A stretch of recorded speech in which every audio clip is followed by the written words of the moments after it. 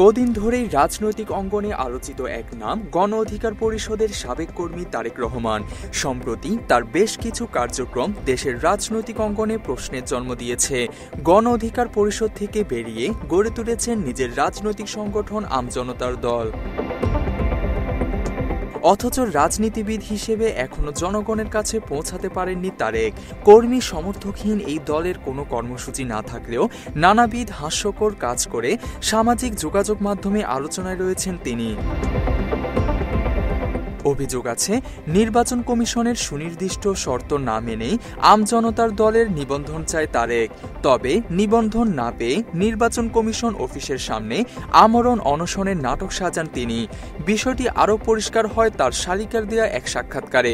তিনি বলেন, তারেক অনশনের মাঝে বেশ কয়েকবার খাবার খেয়েছেন। চিকিৎসা সেবা দিচ্ছেন আমজনতা দলের, আপনারা কোনো রোগীকে কোনো বেসরকারি হাসপাতালে সাজেস্ট করেছেন? কখনো দলের নিবন্ধন, কখনো বা দলীয় অফিস নেয়ার কথা বলে প্রকাশ্যে টাকা চাইতে দেখা গেছে তারেককে।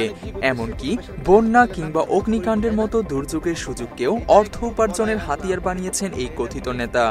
এসব কারণে অনেকে তাকে বিকাশ তারেক বা আম তারেক নামেও ডেকে থাকেন। আমজনতা দলের বড় ভাইরা, শুভাকাঙ্ক্ষীরা আমাদের কাছে কিছু অর্থ দিয়েছিল। কয়েকদিন লাগাতার আমরা খাবার সরবরাহ করেছি। ফেসবুকে দেয়া তারেকের বিভিন্ন পোস্টের কমেন্ট সেকশনে গিয়ে দেখা গেছে মানুষ তাকে নিয়ে বিরূপ মন্তব্য করছেন। তবে জনগণের এসব মন্তব্যকে পাত্তা দেন না তিনি, বরং ঘণ্টা কয়েকের মধ্যে আবারও ব্যাংক অ্যাকাউন্ট, বিকাশ বা নগদ নম্বর দিয়ে পোস্ট দিয়ে টাকা চাইতে দেখা যায় তাকে। আমাকে সবাই ঘৃণাই করে না, অনেক মানুষ ভালোবাসে।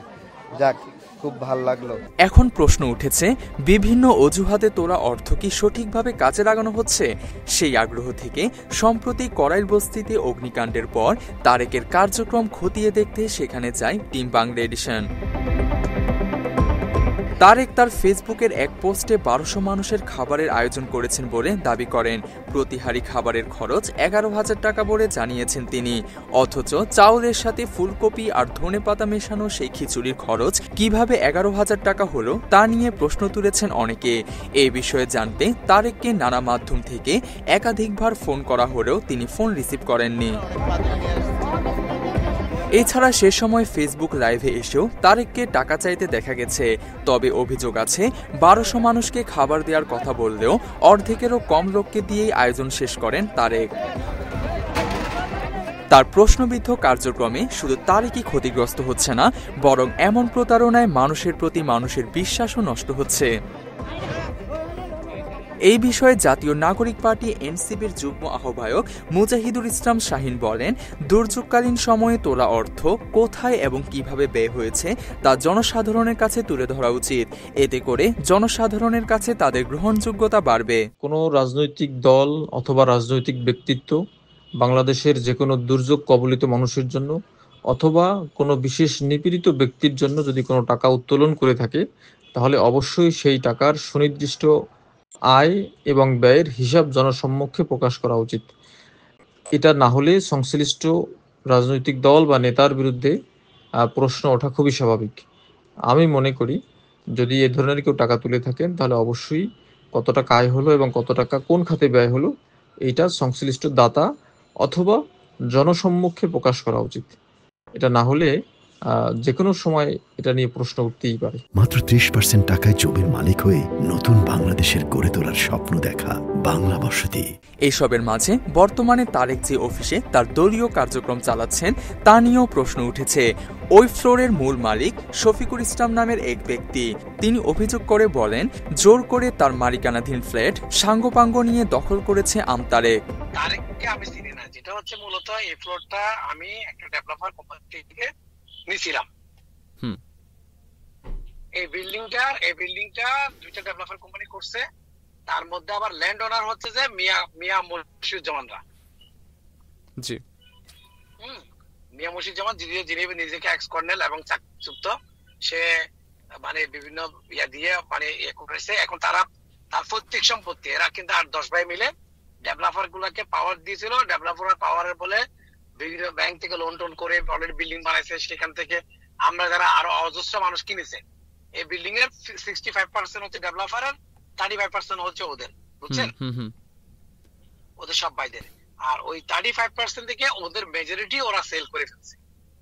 আর ডেভেলপার গুলো কিছু মোস্ট সেল করছে, আর ম্যাক্সিমাম কিছু ওই যে মিয়া মসজিদুজ্জামান দখল করে কাটছে ডেভেলপার থেকে। হ্যাঁ, এখন আমি আমার ফ্লোরটা রেজিস্ট্রি করছি 2022 সালে। রেজিস্ট্রি করে আমি যখন বললাম যে তাকে আমরা অলরেডি ব্যাংক ইন্সপেকশন করে সবকিছু করে আসছে, আমরা ব্যাংক লোনও করেছি, এখন সে কিন্তু আমি যখন এই ফ্লোরটা দখলের জন্য ইন্সপেকশন জন্য পরের বছর যাই, তখন সে আমাকে এই ফ্লোরটা দখল করে দেয় না, দখল বুঝে দেয় না। দখল তো বুঝে দেবে না, আমি আমার ফ্লোরটা নিতে গেলে দেখি সে দখল করে সে ভাড়া দিয়ে রাখছে, এক পাশে ভাড়া দিয়ে রাখছে, আরেক পাশে দেখলাম তখন গণ অধিকার পরিষদের সাইনবোর্ড বা অফিস এরকম ব্যানার ট্যানার কিছু। আমজনতা দলের আহ্বায়ক হচ্ছে মশিউজ্জামান আর সদস্য সচিব হচ্ছে তারেক সাহেব। এখন তারাই মূলত মিলে তো এটা কাটছে। আমার প্লট বাইনসেরা ভাড়া দিয়ে এখান থেকে টাকা নিয়ে সে এই দলগুলো চালাচ্ছে নিশ্চয়, তাহলে কোত্থেকে তাদের টাকা পয়সা করতে হবে। এইসব বিতর্কের মাঝেও সম্প্রতি তারেকের আমজনতার দলকে নিবন্ধন দেওয়ার সিদ্ধান্ত নিয়েছে নির্বাচন কমিশন। প্রথম দফায় আবেদনে ইতিবাচক সাড়া না মিললেও পরবর্তীতে দলটিকে নিবন্ধন দেওয়ার সিদ্ধান্তে মিশ্র প্রতিক্রিয়া জানিয়েছে রাজনীতিবিদ থেকে শুরু করে সাধারণ মানুষ। অনশন করলেই কাউকে নিবন্ধন দিয়ে দেওয়া যায় কিনা তা নিয়েও উঠেছে প্রশ্ন। এই বিষয়ে 4 জন নির্বাচন কমিশনারকে একাধিকবার ফোন করে বাংলা এডিশন টিম। সবশেষে নির্বাচন commissioner Abdur Rahman phone receive করে জানান তিনি বিদেশে থাকায় এই বিষয়ে বেশি কিছু জানেন না, তবে বিস্তারিত না জেনে তারেকের দলের নিবন্ধন ফাইলে স্বাক্ষর করেছেন। আমি ওই সময় বিদেশে ছিলাম, আমি সাইন করেছি, এসে বিদেশে ছিলাম, আমি এটা বলতে পারলাম না, উনি বলতে পারবেন। ওই আনোয়ারুল ইসলাম সরকার, ওনার সাথে আপনি আলাপ করে সাইনটা আমি করেছি, সত্য কথা বলতেছি, ওনারা সাইন করেছেন আমি দেখেছি, কিন্তু পরে আমি জানলাম যে ওই দল। আমার খুব এটা ধারণা নাই, আমি বিদেশে ছিলাম। আপনি ওই আমাদের যে ইয়ের সাথে আলাপ করেন, আনোয়ার ইসলাম সরকার, উনি এটা ডিল করেন, এই বিষয়টা ওনার সাবজেক্ট, আমারও সাবজেক্ট না, এটা ওনার সাথে আপনি কাজে আলাপ করেন, আপনাকে তাহলে আপনার উপকার হবে, আমারও এ ব্যাপারে আর কিছু বলার সুযোগ নেই। এসব বিষয়ে জানতে নানা মাধ্যম থেকে তারেককে বেশ কয়েকবার ফোন করে বাংলা এডিশন টিম, তবে তিনি কল রিসিভ করেননি। এই পরিস্থিতিতে তারেকের মতো একজন জাতীয় প্রতারকের বিরুদ্ধে ব্যবস্থা নিতে অন্তর্বর্তী সরকারের কাছে জোর দাবি জানিয়েছে সাধারণ মানুষ। তানজিম হাসান, বাংলা এডিশন।